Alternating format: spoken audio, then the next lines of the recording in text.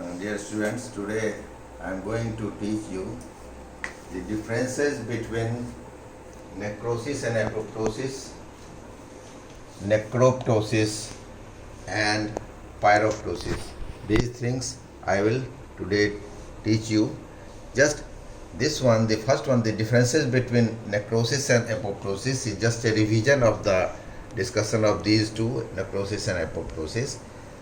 Now you can see here what is the point of difference. The point of difference, first one is the cell size, which is enlarged or there is swelling of the cell in the case of necrosis, while the cell size is reduced in the case of apoptosis, that is cell is shrunken.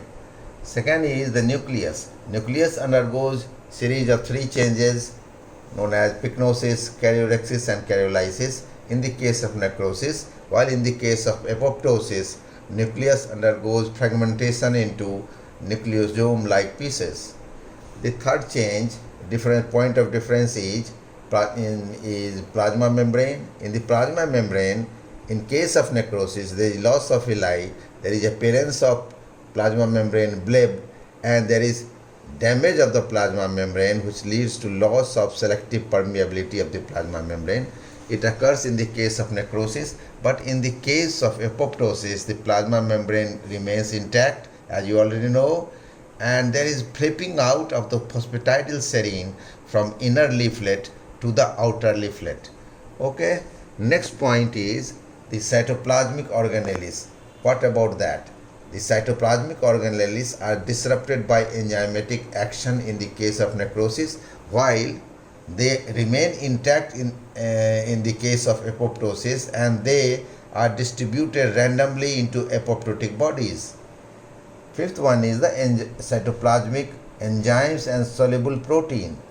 These enzymes and protein leak out of the cell in the case of necrosis, and there they call in inflammatory cells.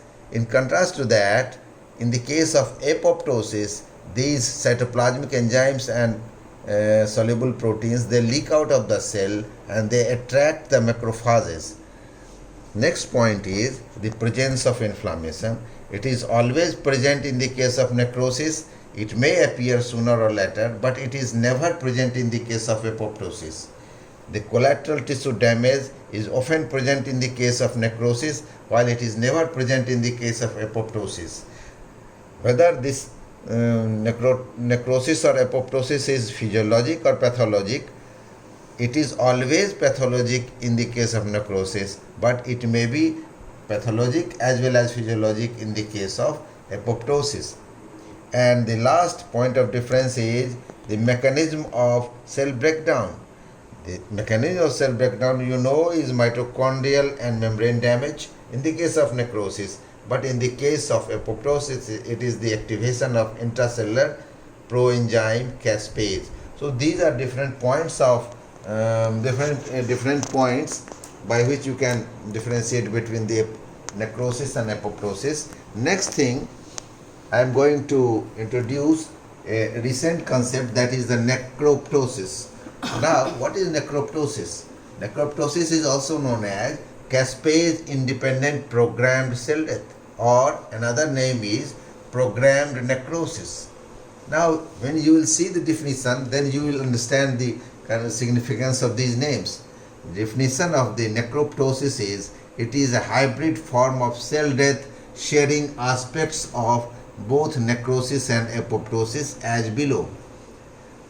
Number one, the morphologic and biochemical aspects of the necrosis is present in the case of necroptosis. For example, ATP loss, swelling of cell or swelling of organelles, ROS generation, lysosomal enzyme release, and plasma membrane rupture. And another point is the mechanistic aspect of the apoptosis is also present in the case of necroptosis, and that is, it is triggered by genetically programmed signal transduction events culminating into cell death, sometimes without activating caspases.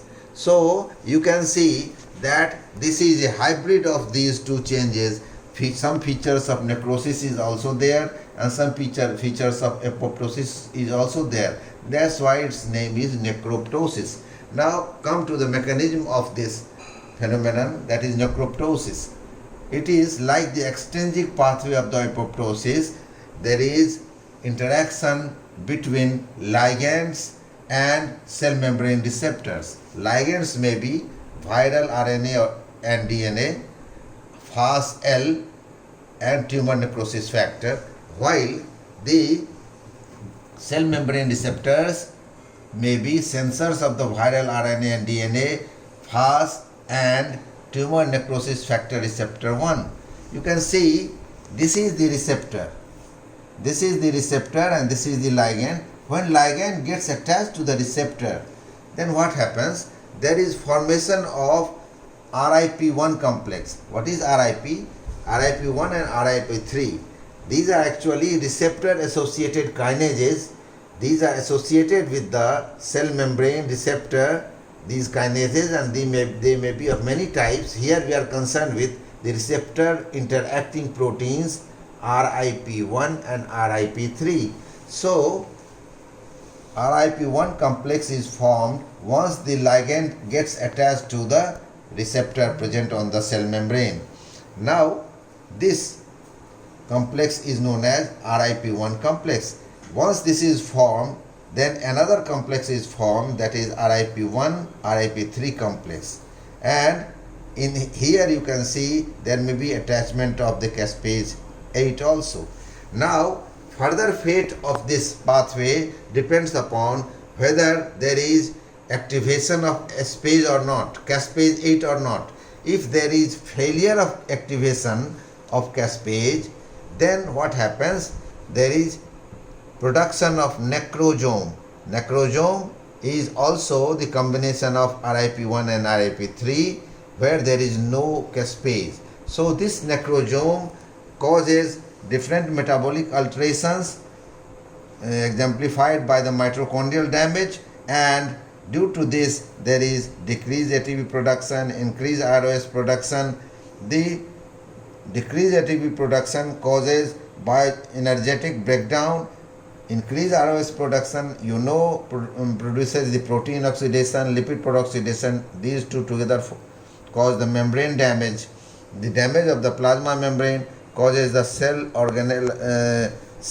membrane and organelle swelling, and the damage of the lysosomal membrane causes the degradation of cellular macromolecules. All these, and ROS also produces the DNA damage. All these produce the loss of cell and organellar integrity. This results into the cell death by the process of necrosis.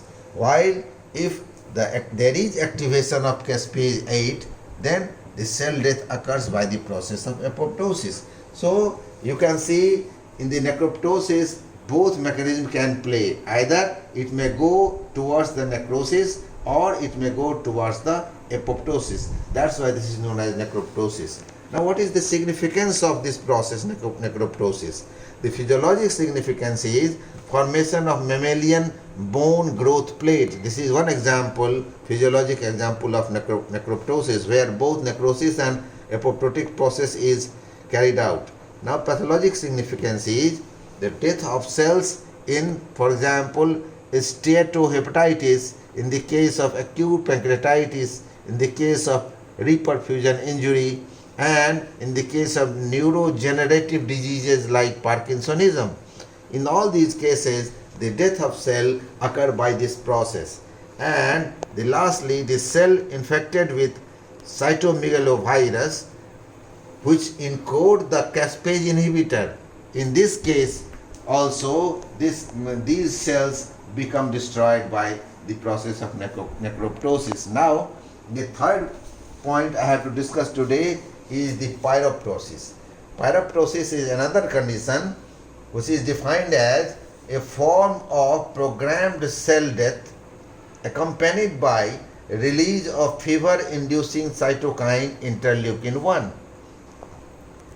And its mechanism is entry of microbes inside cell initiates this process, and it causes after the entry of the microbes inside the cell, there is recognition of microbial products by cytoplasmic innate immune complex receptors. Once these receptors recognize this microbe, then what happens? It activates, there is activation of multi-protein complex, which is known as inflammasome. Now this inflammasome, what does it do? It causes activation of caspase 1. Caspase 1 is also known as interleukin 1 beta converting enzyme, and it's closely related caspase 11. So caspase 1 or interleukin 1 beta converting enzyme converts the precursor of interleukin 1 into biologically active interleukin 1. Once the interleukin 1 becomes active, what does it cause? It causes loss of plasma membrane integrity, cell swelling, release of inflammatory mediators, and this in turn causes the leukocyte recruitment, induction of fever, and ultimately death of the intracellular microbes. So this is also a method by which there is the damage of the cell, and by with that the microbe present inside the cell is also damaged. So these are three things I had to discuss today. Okay, thank you. If you have got any question, you may ask.